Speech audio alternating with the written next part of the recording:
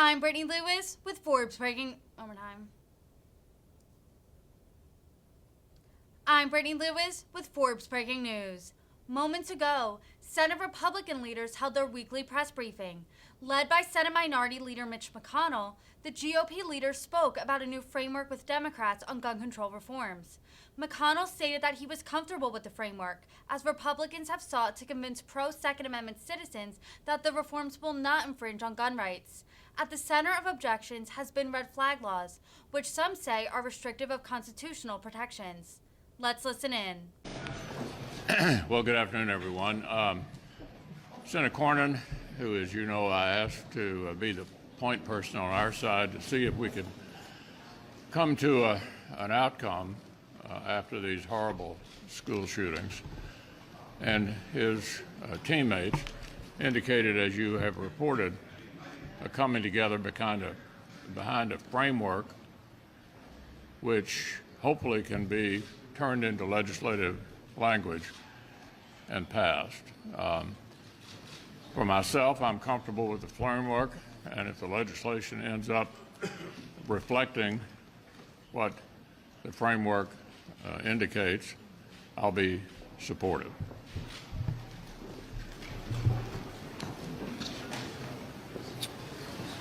Washington Democrats have been wrong about inflation from the very beginning.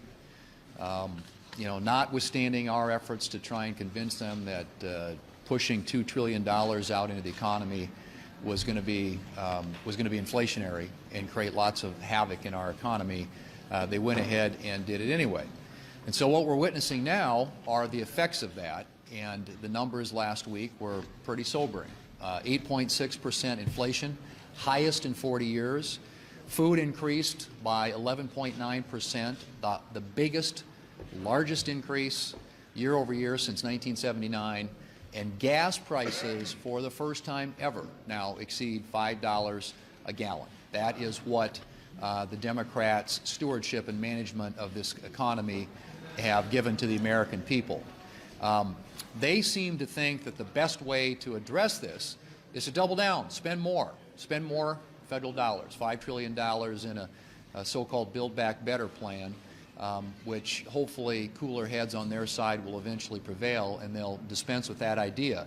But we have a very different vision about how to get the economy growing, expanding, get inflation under control. And it really consists not of more big government, but really of allowing the American people to keep more of what they earn, allowing for free markets to work, a light regulatory touch, and providing incentives for oil and gas production in this country to get energy back online.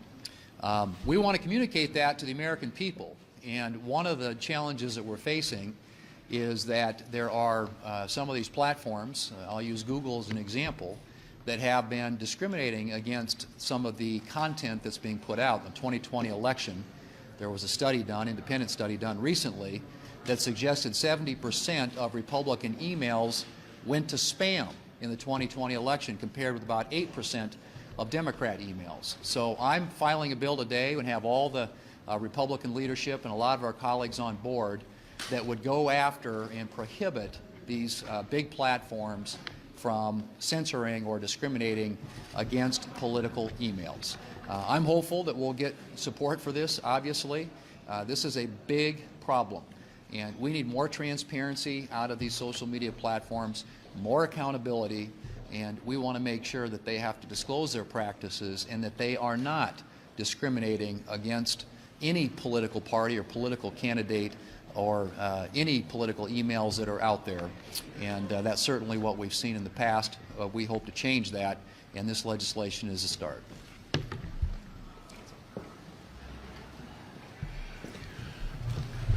Well, there's more bad news this past week for American families who are struggling to get by in the Joe Biden economy.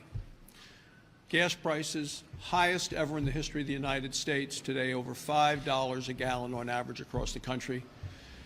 The inflation numbers that came out last week were actually even worse than the experts anticipated. And while the inflation numbers are high, it's even higher than that for people going to the grocery store. You go buy things that normal people buy. I was at the grocery store in Wyoming buying hamburger, eggs, milk, soup, all of those things are up much higher than the average rate of inflation. So people really are struggling. They are having a hard time just keeping up with where they were last year. It's costing them a lot more to do that. So they feel really crushed now in this Biden economy. And what did the Democrats have to say about it? Well, they have two different responses. One is surprise, and the other is smug superiority. And the surprise came from the Secretary of Treasury last week when she was in the Finance Committee, and she said she was surprised at how negative people feel about the economy and amazed about the pessimism that was out there. You're talking about people in the Democrat Party, tone deaf, tin ear on all of this stuff, failing to see the suffering that the American people are living with right now. And reports are out that gasoline could be approaching $6 a gallon this summer.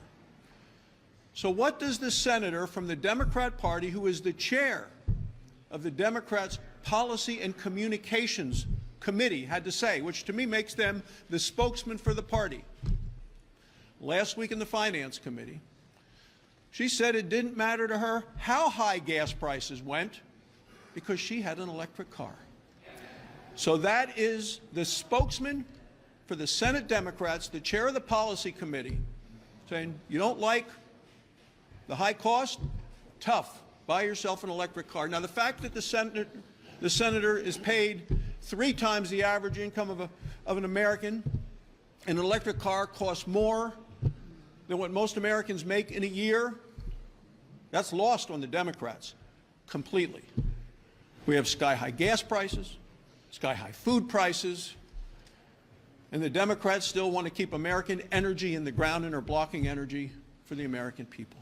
The American people can't afford to pay the price for food or for gas, and the Democrats need to be made to pay the price come November. Well, we had a good discussion today of these mental health and violence and gun issues led by Senator Cornyn, who's worked to try to put a package together that might help address these concerns. Obviously, the mental health component would be a big part of that. I think everybody in our conference, and I believe every member of the Senate at some point has said, well, these problems at some fundamental level are the failure of a mental health delivery system for that system to work. But we also talked about school safety. We talked about the importance of having access to juvenile records for young gun buyers, like the person in Uvalde who on his 18th birthday went to have a background check to buy a gun, and since you have no earlier records than 18 available, it's like that person was born that day on his 18th birthday, and of course he passed the background check because he has no background legally and officially, no matter what his juvenile records might have suggested. That's part of putting this package together, but we're working hard to see where we can get a package that will move these issues forward, that the Senate can have a significant vote on, and I think that work continues, and hopefully we'll begin to see language by the end of this week or early next week. Well, we hit a few new records this last week. Of course, inflation is at another 40-year high. And we had another record with gas prices hitting $5 a gallon in most areas across the United States. So, you know, Iowans, Americans are really facing a very difficult time. I had a fertilizer roundtable. Of course, it's Iowa. Agriculture is king. And at that roundtable in Iowa, we talked about the input prices that are affecting our farmers. And one of the farmers shared that fertilizer, the topic of the conversation, had gone up 300%. So while commodity prices are good, input prices are not. And it is killing our farmers, our ranchers. And as we're talking across the 99 county tour, inflation still is the #1 issue. And so this was referenced earlier by Senator Barrasso. But Janet Yellen came in front of the Americans, and I'll give you the full quote. Here's part of it right here. The Treasury Secretary Janet Yellen said, "It's amazing how pessimistic Americans are about the economy, given that we have the strongest labor market we've had in the entire post-war period." Wow. Janet Yellen, yes, Americans may have received a pay increase recently, but you know what happens when you have inflation? That means the increase in your pay is going towards things like the higher cost of gasoline and other goods that are costing more this year than they were last year. So, Janet Yellen, Treasury Secretary, ma'am, I'd love to invite you to Iowa. Come spend a day in the life of everyday Iowan and see what they're experiencing at the grocery store and at the gas pump. And I guarantee you she won't be so flippant with the American people. Again, it's this elitist attitude that's coming from the left when Americans and Iowans, who are some of the hardest hit by inflation, are facing really tough times. So come on, folks, let's start putting in place some good policies. That means this president and his administration, they need to unleash American energy to bring those costs at the pump down. They should get big regulators off the backs of small businesses. And of course, then they should be shifting their focus. I've heard again that the Build Back Better plan, or what we call reckless tax and spend, has popped up again with some of the Democrats. We need to stop that. Let's get back to good common sense policy, and let's not be so flippant about the hardships Americans are facing.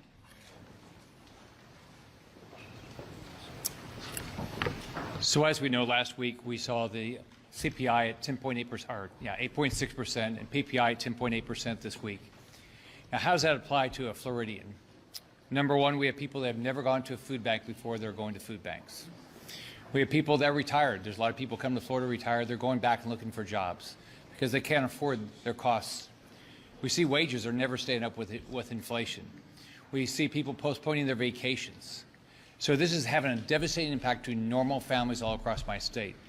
The Biden administration is just tone deaf. This is something I held up last October. Gas prices hit their highest level since 2014. When will we get a break? Look at gas, $3.79. So gas is up now over $1.25, and the Biden administration has done nothing. They've done nothing to make sure we have more oil and gas drilling in this country. They've done nothing to get food prices lower. Matter of fact, they've done nothing to solve the baby formula shortage. This is an administration that doesn't understand the needs of American families. Joe Biden has no clue what to do. He's never struggled financially in his life. He came into this world with a wealthy family. He's been taken care of by the federal government for 50 years. He has never struggled. Leader McConnell. Good afternoon. You say you support this framework here. How important is it to signal to other Republicans, if you support this framework, that maybe they should come along? We've heard from some who just don't want to touch any sort of bill because of their concerns about the Second Amendment. We've heard about some civil libertarians who are concerned about red flag laws. How important is it for you to, say, I'm for this framework, but if they're resistant to that change? Well, I think this is an issue each member is thoroughly familiar with and can make an evaluation of what their position ought to be based upon the views of their states. I would add that Senator Cornyn unfolded a poll today in his presentation of gun owners only, just people who own guns, and support for the provisions of the framework is off the charts, overwhelming. I think if this framework becomes the actual piece of legislation, it's a step forward on a bipartisan basis, and further demonstrates to the American people that we can come together, which we have done from time to time on things like infrastructure and postal reform, to make progress for the country. Back in December, you told us you were interested in what the January 6th committee was doing. You'd be watching it, that the public should see what they found. I'm curious if you have been watching and what you make of what the committee has found so far. I don't remember saying that I would be watching. I'm focusing on what we're doing here in the Senate, and I think the most important thing we're doing at the moment is the Veterans Bill and the issue forward on these violent crimes we've witnessed. You expressed that you're satisfied with the framework as it exists. Not in that framework is a provision someone wanted to raise the age to buy assault-style weapons to 21 years old. Why should Americans who are 18 years old not be allowed to buy cigarettes, which is something you support, that ban, but should be allowed to buy assault-style weapons? Good try. I've already told you my view of the framework. If it leads to a piece of legislation, I intend to support it. I think it's progress for the country. And I think the bipartisan group has done the best they can to get total support.